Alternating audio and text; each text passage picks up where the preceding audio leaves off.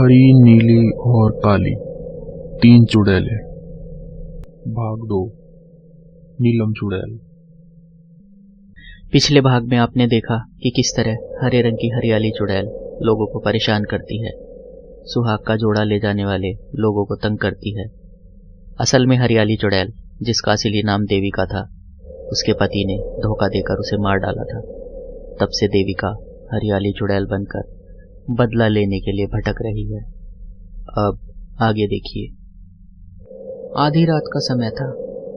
हीरा लाल किसान शहर की मंडी से अपना सारा अनाज बेचकर घर वापस आ रहा था। अनाज बेचने और घर का सामान खरीदने के चक्कर में उसे बहुत ज्यादा देर हो चुकी थी, लेकिन वो बहुत खुश था क्योंकि सारा अनाज बहुत ही अच्छी कीमत में बिका था। उसकी बैलगाड़ी धीरे धीरे गांव की तरफ बढ़ रही थी। हीरालाल खुशी से कोई गीत गुनगुना रहा था। अचानक उसका गीत और बैलगाड़ी दोनों रुक गए। सड़क के किनारे कोई साया खड़ा था। एकादशी का दिन था तो चांद की अच्छी खासी रोशनी चारों तरफ फैली हुई थी। हीरालाल निडर आदमी था। उसने मुंह ढककर खड़ी उस महिला साये से पूछा, कौन हो बहन, इतनी रात इस सुनसान इलाके में क्या कर रही हो? कहीं जाना है क्या? कहो तो मैं घर तक छोड़ दूंगा। यहाँ मत खड़ी रहो, यहाँ जंगली जानवरों का खतरा है। मुझे कुंदनपुर जाना है भैया। कुंदनपुर? मैं भी तो उधर ही जा रहा हूँ। उससे अगला गांव तो मेरा ही गांव है, माधोपुर। आओ बैठो, मैं तुम्हें कुंदनपुर छोड़ दूंगा। वो महिला बैलगाड़ी में बैठ गई। हीरालाल ने बैलगाड़ी आगे बढ़ा दी।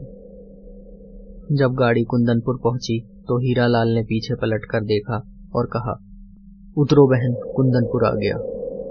लेकिन पीछे कोई नहीं था। हीरालाल चौंक गया।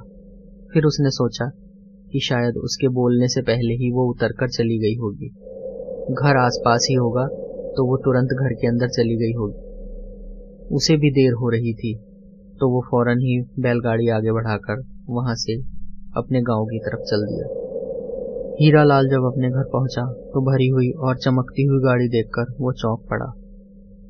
पूरी गाड़ी कीमती नीलम रत्नों से भरी हुई थी। हीरालाल को जैसे चक्कर आ गया। तो क्या मेरी गाड़ी में नीलम चुड़ैल बैठी थी?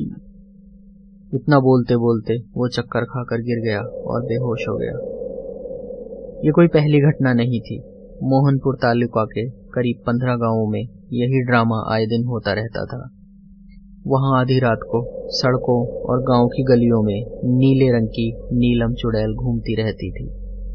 वो आधी रात को उसके पास से गुजरने वाले हर इंसान से मदद मांगती थी। अगर किसी ने उसकी मदद की तो वह खुश होकर कीमती नीलम पत्थर उसे उपहार में दे देती थी। लेकिन अगर उसकी किसी ने मदद नहीं की और कोई बदतमीजी की या भला बुरा कहा तो वो उस इंसान का आखिरी दिन होता था।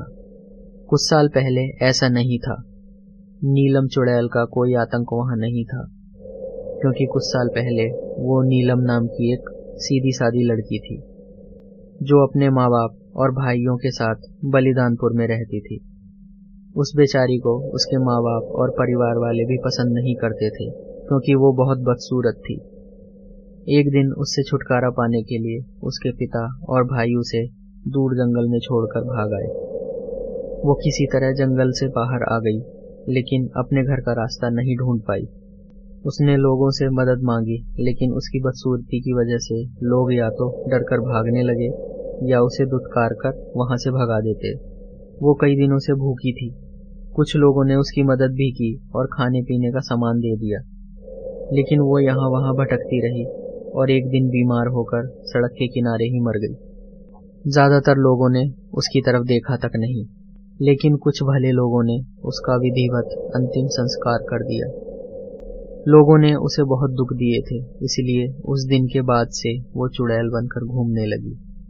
जो उसकी मदद करता था उसे वो नीलम रत्नों से भर देती थी, और अगर मदद न करके उसे परेशान करता तो वह उसका खून पी जाती थी। नीलम चुड़ैल के नाम की दहशत इस तरह फैल गई थी कि अगर कोई लाचार दिखाई दे जाता तो लोग बिना पूछे ही उसकी मदद करने लगते थे। और नीलम वैसे ही आधी रात को लोगों से मदद मांगती फिरती थी और ना जाने कब तक ऐसे ही भटकती रहेगी।